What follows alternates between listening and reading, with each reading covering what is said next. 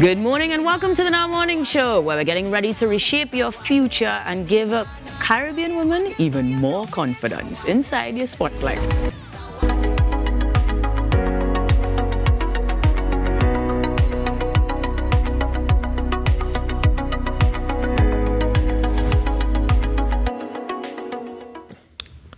Welcome back inside the Now Morning Show. This morning I have Caribbean entrepreneur, confidence advocate and founder of Select Fit Shapewear, Michelle Baptiste, joining me on set this morning to talk about reshaping your future, the power of confidence for Caribbean women. Good morning to you, Michelle. Hi, good morning. How are you doing this morning? I'm fine, thank you. Now, tell me about your journey to create Select Fit Shapewear.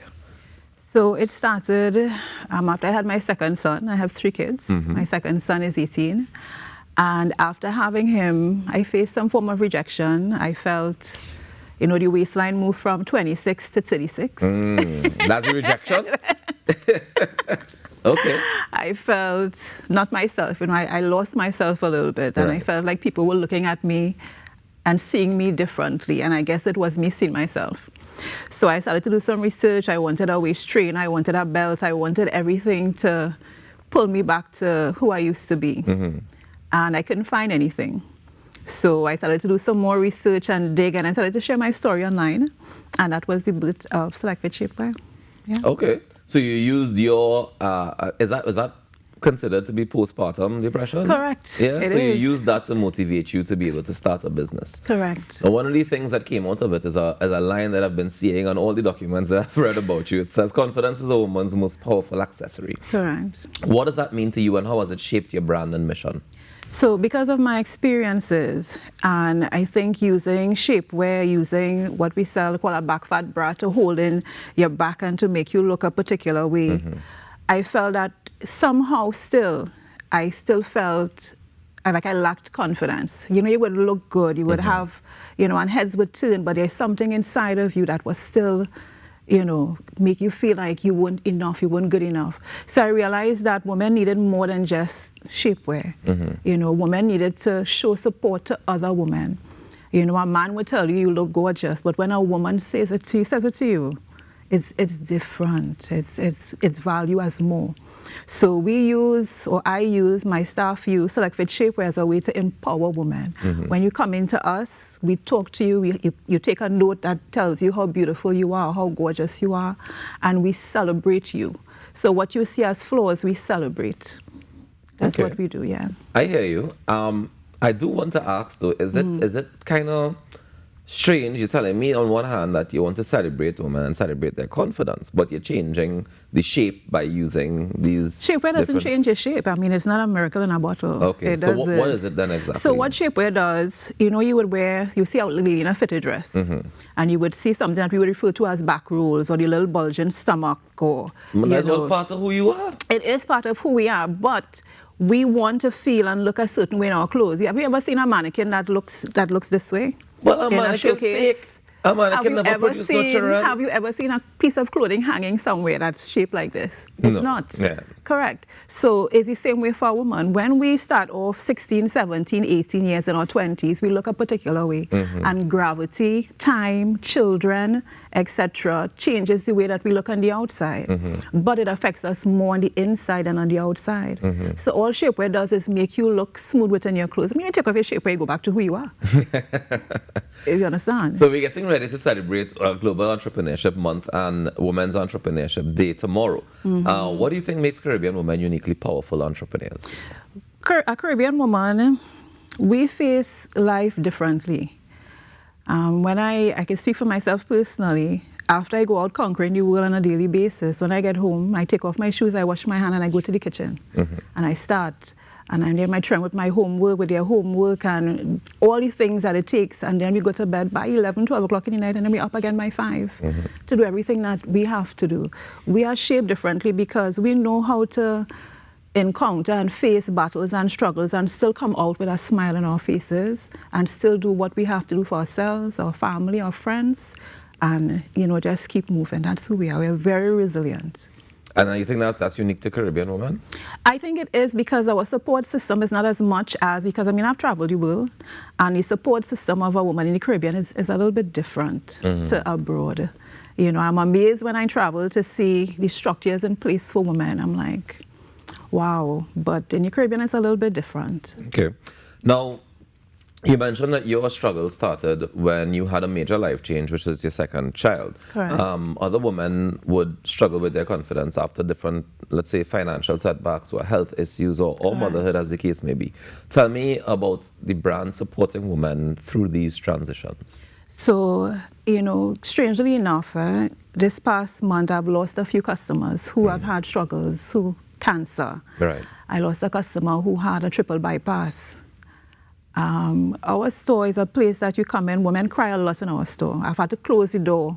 A lot of times I had to lock the door and stop and just deal with women as to where they are. Oh God, you know, it's a lot of loss. Yeah. So women who PCOS, fibroids, you know, a number of different things. And again, you know, we want to look a certain way on the outside, but it's the inner woman that really needs the help. It's the inner woman that needs that sense of security, that sense of family, you know, that sense of holding and belonging. So again, yes, it's shapewear, but when you visit us, it's more than shapewear. Now, your own experiences, you've spoken about your health scares openly, you've spoken about some of your losses and rebuilding. Tell me about how that has influenced what you do in the store. You mentioned all the things that you do in the store, but tell me how your own experiences have been able to help you to carry women through it. So after you've hit rock bottom in life, you know, the only way, you know, Les Long would say the only way to look is up. I mean, I've slept on steps. I have, you know, frozen water and eat it as, you know, as ice and then drink water for juice. I've had it really tough. And, you know, I have had to look around at friends and family for support. And it wasn't there as the way that you would think it would be, you know, when you watch television.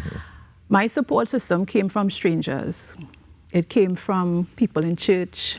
It came from people who would just pass by and see me and, you know, are you okay? And would hug and embrace me. And, you know, so I realized that strength and support is not only from who you think it would come from, but, you know, from more strangers. So when you walk into my store, that pain and that journey that I've gone through in my own personal life, when I see a woman come in and she say, oh gosh, I'm so ugly, I'm so this, I'm so... Listen, you're not allowed to speak about yourself in that way in this store. Listen, lady, have a seat, have a little corner, have a little seat right there. We give you a little shot of wine. All that going on in this store?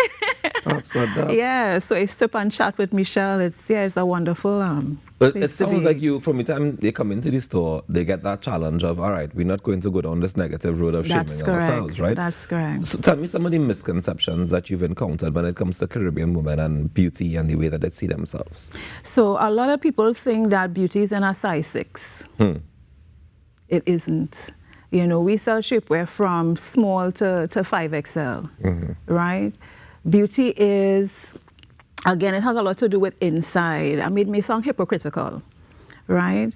But no, I wouldn't say it sounds hypocritical because, I mean, you have to feel it in order to be it, right? That's correct. You have to feel it. You have to walk it. You have to believe in yourself. You have to see yourself more. When we look in the mirror in the morning, it's not what this guy may say, you know, or somebody passing would say, no, it's what you would say about yourself.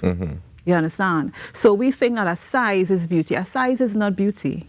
You understand? What you radiate, when you smile, when you walk, where you hold your head, you know, the way that you show love for others, that is beauty. That is beauty of a Caribbean woman. It's who we are. So then how would you advise women to boost their own confidence? Can you have any tips you could give away to say, well, this is how you can start the journey, practical confidence tips? So for me personally, I had to reprogram my mind. I had to just wash away everything everybody's ever said to me negatively and replace it. You know, I do a lot of fasting, I do a lot of Bible study, so I had to see myself through God's eyes. I had to be kind to myself. We are not kind to ourselves at all. You know, I had to, my whole mirror, my wardrobe, everything is post-it notes. There's little notes to myself. You know, I am beautiful, I am this, I am made in the image of God. And I had to keep saying these things to myself to fill back myself in the way that God originally created me. you know. How long did that journey take? Oh my God. That was a decade.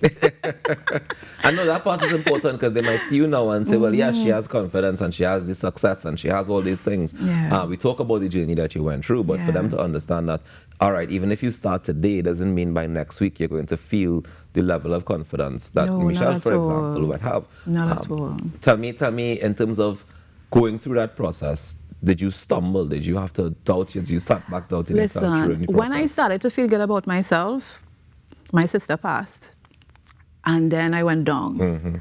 And I started to feel good about myself again, and then I went to do a medical check, and then I ended up in the hospital. I had to have a hysterectomy, and a cancer scare, and I went down again. Course, yeah. Then I started to feel good about myself. When I say life is life in, you know, and it has been a lot of up and down, but I have learned to be patient with myself. I have learned to be kind to myself. I have learned that, you know, people around you would say whatever they want to say and they would feed different things to you. But it's what you say to yourself that means the most. How do you maintain saying those kind of things to yourself even after, you know, in that moment when you go back down, after you say, all right, I'm building the confidence, I've been getting there, you know, I'm beautiful, I'm powerful, I am this, I'm that. And then you go to the doctor and the doctor tells you, well, you have this and you have that. And you realize, but not as powerful as I thought I was, but you feel that sense of depression coming back in. At that moment, how do you begin to rebuild? So for me, again, personally, because everything you're saying is things that I encountered personally. Again, because I have reprogrammed myself to understand that this is not unique to me. And because of my experience in business and meeting so many, you know, thousands of women, I understand that what is happening to me is not unique. What is happening to me is happening to thousands of women all around the world. So how can I use my test as a testimony? How can I use what I am facing to encourage and inspire others? I try to detail what I'm going through because I know I'm going to overcome it and I know I'm going to use it to help somebody else. So I live my life as a book. And I write my experiences. Now, you mentioned community a couple of times in terms of the people around you. People will say what they want to do. Some people will assist where they can, as the case may be. Tell me, what role has community played to you as an entrepreneur? Do you think community is important to female entrepreneurs in particular? It is. Right now, I have a group of young entrepreneurs who reach out to me on a daily basis. Michelle, I'm going through this, I'm going through that, what to do. It is so important. And community doesn't, again, have to be friends and family. Community could be persons who, for me in the early is persons who have what I wanted to get. I made those people my community. Like mentors. Like mentors, you understand? And that helped me a lot. It helped me. I do a lot of research. I follow Cindy Trim, her entire life story. And I look at these people. Okay, these people have something that I want. And I work towards it. And I look at the things that they would have done. And I try to, you know, to follow that guide. All right, tell me what's next for you then. Are there any new initiatives that we can find out about or women in the region can look forward to? Oh, thanks for asking. So right now I import. My brand is made abroad and I import. Right. But for 2026, I would like to manufacture here locally in Trinidad. Nice. And, you know, through prayer and meditation, I was saying, you know, the note jar that we have on the counter in the store, I was saying, how can I incorporate these notes into my garments? So this is something that I really want to work on so that when you pull the garment and you look at it, you have that reminder. That's what I'm working on. All right. Well, let me say congratulations to you on all you've accomplished so far. We definitely look forward to seeing more from you and hearing more about your story and your continued growth. Where can people find you online or to get more information if they want to just keep up to date? Yeah, so you can find me on any social media at SelectFit Shapewear, SelectFit Shapewear. We're in Val Park Mall and we're in South Park Shopping Mall. Michelle, thank you so much for joining us this morning. You're welcome. Do enjoy the rest of your day. Thank you. Ladies and gentlemen, Michelle Baptiste, Caribbean entrepreneur, joining us this morning to share some confidence on the Now Morning Show. We take a quick break. We're coming back with more. Stay tuned.